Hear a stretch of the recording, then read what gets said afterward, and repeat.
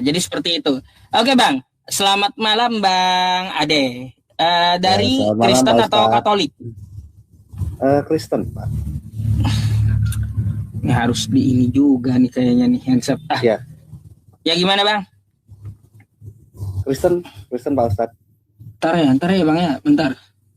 Kok nggak ada suaranya gitu loh? Suara Bang Adenya nggak ada. Sabar. Tes 1 2 cek. Kristen Pak Ustadz. Sabar ya. Halo. Saya nggak usah pakai soundcard dulu. Bermasalah ini kayaknya. Oke Bang, coba Abang ngomong. Ya, tes.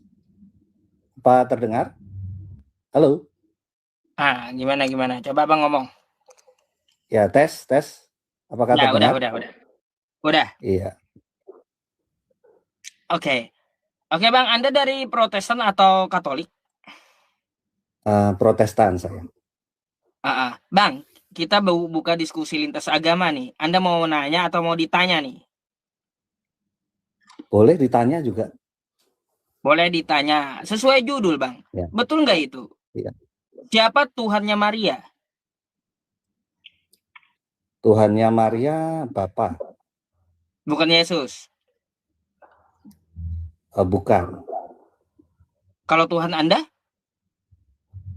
Kalau menurut Paulus itu sebenarnya pernah menjelaskan di dalam kitab suci bahwa hanya ada satu Allah, yaitu Bapa, yang daripadanya lah segala sesuatu, dan hanya ada satu Tuhan. Kalau di Alkitab tuh tulisannya kan Tuhan ya, tapi sebenarnya itu Tuan, Lord, Master, Kurios gitu. Jadi hanya ada satu Tuhan, yaitu Yesus Kristus. Nah, mungkin yang dipahami oleh orang Kristen pada umumnya itu kata Tuhan itu disamakan dengan God gitu. Jadi memang rada rancu di situ, Pak. Makanya kadang tertukar gitu. Bang, begini Bang, yang saya tanya sama Abang, kata Abang Tuhannya Maria itu adalah Bapa, ya, Allah Bapa. Sekarang Tuhannya Anda siapa? Bapa. Bukan Yesus. Kalau Yesus itu bisa disebut Lord, Master, Kurios. Oh, bukan Tuhan dia. Kalau God, kalau saya memahaminya dia tidak sebagai God ya. Maksudnya sebagai Allah, tapi sebagai Lord, Tuan gitu. Tuan. Iya, jujur. Berarti dia bukan Tuhan. Kalau Tuhan maksudnya God, Allah gitu. Kalau yang saya pahami ya, itu berbeda gitu. Jadi Bapa yang sebenarnya adalah Allah itu sebenarnya adalah Bapa gitu. Jadi yang disebut Allah, God itu hanya Bapa. Karena Paulus pun juga mengatakan hal itu. Hanya ada satu Allah, yaitu Bapa. Hanya ada satu Tuhan, yaitu Yesus Kristus. Dan karena dialah kita hidup gitu. Kalau hanya ada satu Allah, yaitu Bapa, yang daripadanya lah segala sesuatu gitu. Ini jadi Bang, ayatnya seperti itu sih. Gini Bang, kalau Tuhannya itu adalah Bapa, sejak kapan Paulus itu ya mendengar firman dari Bapa? Sejak kapan Paulus mendengar firman dari Bapa? Ya dia kan Sanhedrin ya, Pak Ustadz ya, karena dia juga orang Farisi dan dia memahami betul bahwa seluruh kitab Torah dia juga paham. Bentar dulu Bang, yang saya tanya gini, dia itu kan rasul bagi Kristen, kok bisa diangkat jadi rasul? Memangnya sejak kapan dia mendengarkan firman langsung dari Bapa yang di sorga? Sejak kapan dia mendengar firman Torah itu kan termasuk hukum-hukum Allah itu kan firman Bapa. Oh, nggak ada berarti Paulus itu terima firman dari Allah Bapa gitu? Firman dari Allah Bapa itu kan sudah sejak semula. Sudah sejak semula itu seluruh firman yang disampaikan oleh nabi-nabi di kitab Torah itu semua sudah ada. Nah, kalau sudah Jadi ada yang dimaksud ngapain dijadikan terima rasul firman Paulus dari itu, Bapa Bang? langsung tuh bagaimana? Kalau sudah ada ngapain dijadikan rasul itu Paulus? Yang namanya Maksudnya gimana? rasul itu kan terima firman Tuhan. Yang namanya rasul itu disebut Penyampai rasul firman Tuhan. untuk Kristen ya, maksudnya untuk Kristen ya. Itu yang murid Yesus gitu. Maksudnya yang menerima, jadi melanjutkan apa yang sudah dilakukan oleh pendahulunya, begitu. Oh, berarti beda definisi rasul ya dengan kita. Kalau rasul itu Ya. kita mengetahui Bang bahwa dia adalah penerima dan penyampai wahyu. Itu rasul. Tapi Ya, kata kalau Abang begitu tidak seperti itu di Kristen. Ya murid-muridnya disebut rasul. Alasannya apa Bang? Saya mau tahu. Murid-muridnya itu disebut rasul, alasannya apa? kalau rasul itu kan langsung ya, maksudnya menjalankan apa yang sudah mereka lakukan bersama-sama dengan Yesus gitu. Oh, berarti syaratnya itu ketemu dengan Yesus. Tidak syarat ketemu dengan Yesus, tapi dia memiliki kompetensi untuk melanjutkan apa yang sudah dilakukan oleh Yesus beserta para muridnya pendahulunya. Kalau ada Padehe ini teman-teman habis Abang ini. Ya. Gini Bang, apa yang diajarkan oleh Yesus itu beda dengan ajaran Paulus Bang. Jauh bertentangan. Ya, gimana? Bertentangannya gimana Pak? Coba Anda buka ke Matius 3, Matius 5, nomor 17 dan 18. Di situ kata Yesus ya, selama langit dan bumi ini ada, satu iota pun dari hukum Taurat tidak dapat ditiadakan. Tiba-tiba ucu Paulus mengatakan di 2 Efesus 15 tuh. Ya, Efesus 2 nomor 15. Segala ketentuan dan hukum Taurat telah batal olehnya. Dia telah membatalkan hukum Taurat dengan matinya dia di kayu salib. Ya. Sejak kapan? Ya, jadi begini Pak. Kedatangan Yesus ke dunia ini yang saya pahami ya, yang saya pahami adalah kedatangan Yesus dengan adanya Yesus di dunia ini, Pak Ustadz. Itu Matius 5 ayat 17 sampai 48 itu kan berbicara tentang Yesus menggenapi hukum atau menggenapi Torah kan. Menggenapi kan? Jadi ya menggenapi betul. Bukan jadi, meniadakan Yesus dan menghilangkan kan? Bukan. Jadi Yesus itu memberi teladan kepada manusia bahwa ini loh cara menggenapi hukum Taurat. Kalau misalkan kamu diajak jalan 1 mil, ya jalan 2 mil. Kalau kamu melihat ya, biasanya kalau Torah itu kalau berzinah ditemukan berzinah baru tuh. Nah, tapi kalau kamu pengen sempurna, karena ayat 48-nya dikatakan sempurnalah kamu, sempurna seperti Bapa yang teleios. Bentar, itu dewasa. Yang saya tanya gitu. Gini Bang, Yesus mengatakan dia menggenapi, tidak meniadakan. Nah iya, ini saya belum selesai, mohon maaf nih Pak Ustadz, belum selesai. Coba kayak inti langsung gitu biar saya paham. Ya, menggenapi hukum Torah itu artinya sempurna di dalam perilaku, pikiran. Yesus itu membuat begini loh. Jadi supaya kita tidak jatuh di dalam aturan boleh dan tidak boleh dan tidak. Ini mana yang boleh dan tidak nih? Makanya kamu sempurna di dalam pikiran dulu. Udah kalau lihat cewek berzinah aja. Nah, Paulus itu maksudnya seperti itu Pak Ustadz. Jadi kedatangan Yesus itu membatalkan itu maksudnya dia tidak terkena hukuman dari pelanggaran Torah itu. Nah, kalau manusia tidak ingin terkena hukuman dari pelanggaran Torah, mari teladanilah Yesus. Kalau manusia ingin hidup saleh, hidup suci, mari coba teladanilah Yesus. Itulah arahnya gitu loh. Jadi supaya hukum Torah, kutuk terhadap hukum Torah sengat dosa itu nggak kena kita. Kan hukum Torah dikatakan hukum Torah sama sengat Sengat maut itu mirip itu. Gini, Makanya supaya kita nggak tadi kena. abang ngerti nggak bang? Kok kesana kemari Ngerti. gitu? Ngerti, maksudnya gini Ah, loh, Pak Ustadz. Kan tadi Pak Ustadz nanya kenapa Yesus ngomong menggenapi, kenapa Paulus ngomong ditiadakan, betul kan? Nah, maksudnya Paulus di situ adalah bukan meniadakan, tapi membatalkan ininya loh, sengatnya atas kita itu loh.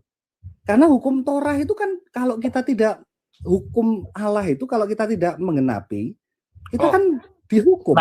Bang, semuanya dibatalkan kata Paulus, bukan masalah sengat.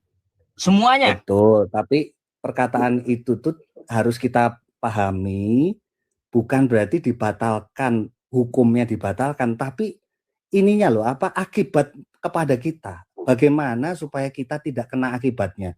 Bagaimana supaya dibatalkan atas kita? Makanya dibatalkan di kayu salib itu gini. Baca kan dulu ada lanjutannya. Efesus 2 nomor 15 yang saya suruh tadi itu. Ada lanjutannya Pak Ustadz, itu membatalkan disalibkan. Nah, maksud Paulus itu kan ada kitab, ada bahasa-bahasa puisi itu Pak Ustadz. Nah, dengan dia disalib, itu Bang, di Efesus 2 nomor 15 itu tuduhan Paulus terhadap Yesus. Tuduhan Paulus gimana? Tuduhan Paulus terhadap Yesus. Tentang masalah hukum Taurat. Katanya Yesus membatalkan hukum Taurat. Oh, tidak. Nah, tidak. itu makanya dibaca Paulus dulu itu gitu. menjelaskan begini, Pak Ustadz. Paulus itu menjelaskan begini.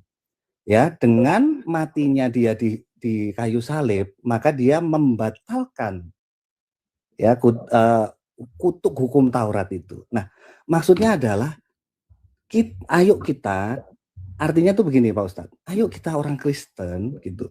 Kalau kamu mau mati terhadap dosa, kamu harus matikan kedagingan kamu. Gini bang ya. Nih ya, coba Anda ya baca dulu Efesus 2 nomor 15 kita baca ya. Oke? Ya. Sebab dengan matinya sebagai manusia, ia telah membatalkan hukum Taurat. Nih, membatalkan hukum Taurat dengan segala perintah dan ketentuannya. Sebab dengan matinya sebagai manusia, kata Paulus, Yesus telah membatalkan hukum Taurat dengan segala perintah dan ketentuannya. Saya mau tanya sama abang, di mana Yesus pernah membatalkan hukum Taurat? Seperti tuduhan Paulus ini. Ya, itu kalau dibaca dulu konteksnya dalam perikop itu maksudnya adalah gini, kalau kita sandingkan dengan ayat-ayat lainnya Pak Ustadz ya, sangkal diri pikul salib, itu maksudnya seperti itu. Akhirnya adalah kita tidak akan terkena kutukan dari pelanggaran hukum Torah. Gitu. Bang, itu di mana datanya? Yang saya cari kepada Anda, sejak kapan Yesus membatalkan hukum Taurat seperti yang dikatakan oleh Paulus? Oh, tidak membatalkan. Yang dibatalkan adalah hukumannya, Pak Ustadz. Paulus sendiri yang ngomong Yesus membatalkan hukum Taurat dengan segala perintah dan ketentuannya.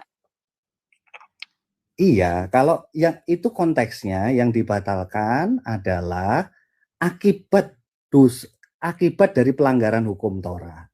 Kalau kita mau tidak terkena sengat akibat kita melanggar hukum Torah, jadilah seperti Yesus. Kita mematikan kedagingan kita, hawa nafsu kita. Kita sangkal diri pikul salib. Dikatakan seperti itu. Sangkal diri pikul salib. Kamu nafsumu kamu salibkan.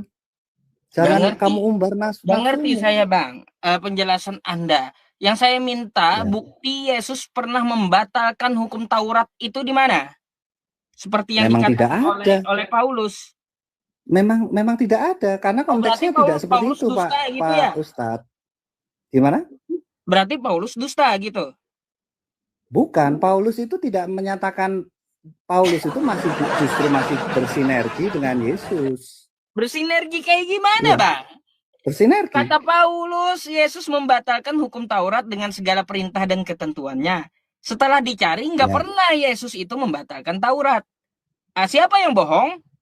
Yesus? Iya, karena itu konteksnya Yesus atau Paulus yang bohong? Tidak ada yang bohong, Pak Ustadz. Itu konteksnya sebenarnya adalah sangkal diri pikul salib. Sebentar ya, sambil saya buka ya. Ini saya kebetulan nggak persiapan nih mau diskusi. Kalau kayak Paulus tuh gampang saya ngomong, Bang. Ya, saya bilang Bang Ade telah membatalkan hukum Taurat dan segala ketentuannya dari omongan saya. Ya. Buktinya mana? Pernahkah Bang Ade mengaku pernah membatalkan saya sebenarnya hukum bisa Taurat? Menjelaskan ini, saya sebenarnya bisa menjelaskan, Pak. Mengenai itu juga kita kalau mau melebar ke arah diskusi yang menarik mengenai Pak Ustadz kan pasti tidak setuju kan? Wah, kenapa kita yang dosa, Yesus yang nanggung gitu kan? Nah itu saya juga nggak setuju itu, seperti itu. Nah itu sebenarnya ada makna-makna. Nah ini yang perlu kita perdalam lagi Pak Ustadz, bahwa ada makna-makna figuratif atau makna-makna kiasan, di mana itu harus kita pahami. Kalau makna kiasan itu memang banyak sekali di Alkitab. Nah, kalau kita memahami makna kiasan ini sebagai letterlek, maka agak repot memang, gitu ya. Dengan apa? Dulu, misalkan request saya tadi, coba carikan dulu. Ya, ini saya agak repot buka Alkitab sambil satu HP nih ya. Iya. Ini Alkitabnya ada Alkitab nggak sih? Heran saya. Kata Yesus, aku menggenapi hukum Taurat. Kata Paulus, Yesus telah membatalkan Taurat. Betul Pak Ustadz. Itu juga dulu saya pahaminya begitu. Ini yang benar mana sih gitu. Yesus bilang mengenapi, Paulus bilang meniadakan gitu ya. Nah, yang benar mana? Kita harus cari konfirmasi dari Yesus, betulkah dia berkata telah membatalkan hukum Taurat? Kan gitu. Ya, tadi maaf, Efesus berapa, Pak Ustadz? Efesus 2 nomor 15. Gelap banget. Ini gelap banget layarnya nih. Bisa diterangin? Efesus 2 nomor 15. Wah, ya, nomor 15.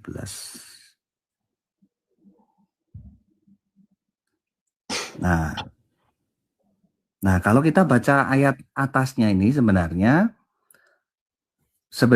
ini sedang menerangkan gini Pak Ustadz, bahwa Torah dan manusia dari dulu itu berseteru. Torah dan manusia itu. Nah, karena manusia itu selalu keinginannya melanggar Torah.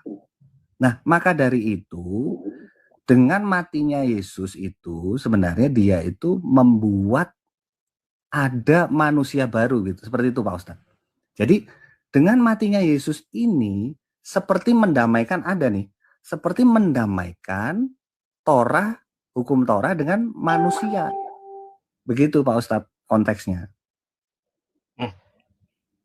Jadi sebenarnya tidak dibatalkan. Yang dibatalkan itu sengat atau akibat jika kita melanggar Torah. Ya, itu kengerian hukuman kekal itulah yang dibatalkan. Itu di mana Bang dikatakan kayak gitu? Ini ya, karena ini kan ayat 11-nya kan mengatakan gini, bahwa dahulu kamu sebagai orang Yahudi menurut daging disebut orang tidak bersunat, oleh mereka menamakan dirinya sunat, yaitu sunat lahiriah. Nah, kamu tanpa Kristus tidak termasuk keluarga negaraan Israel, tidak mendapat bagian dalam ketentuan yang dijanjikan. Tetapi dalam Kristus kamu dahulu jauh, sekarang menjadi dekat oleh darah Yesus, karena dialah damai sejahtera kita yang telah dipersatukan kedua pihak, yang telah merubuhkan tembok pemisah, yaitu perseteruan. Sebab dengan matinya sebagai manusia, ia telah membatalkan hukum Torah dengan segala perintah dan ketentuannya untuk menciptakan keduanya. Nah, ini untuk menciptakan keduanya menjadi satu manusia baru di dalam dirinya. Dengan itu mengadakan damai sejahtera, dan untuk mendamaikan keduanya di dalam satu tubuh dengan Allah oleh salib, dengan melenyapkan perseteruan pada salib itu. Jadi ini konteks, kita bisa lihat konteks atasnya, sunat, mengenai sunat lahiriah dan sunat figuratif ini ya dikatakan. Nah, kalau tanpa Kristus itu sebenarnya yaitu Pak Ustadz, kita itu cenderung melawan Torah. Nah, karena hadirnya Yesus yang disebut soleh, yang disebut anak Allah ya, anak Allah tuh maksudnya soleh aja gitu ya. Jadi gini, biar saya ngerti Bang, berarti perjanjian lama tuh nggak kepakai lagi hukum-hukumnya gitu? Oh tidak, kenapa jadi nggak kepakai? Lah, kok jadi nggak kepakai? Kenapa? Katanya kan udah dibatalkan sengatnya, nggak dipakai lagi dong berarti. Yesus Kristus itu tidak pernah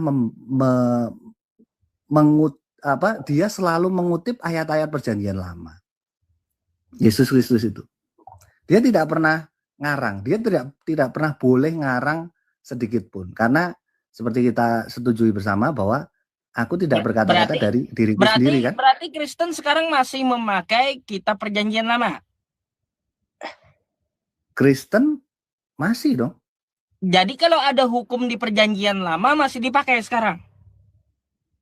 Hukum-hukum di perjanjian lama, hukum-hukum di perjanjian lama untuk apa ya? Maksudnya dalam rangka apa nih?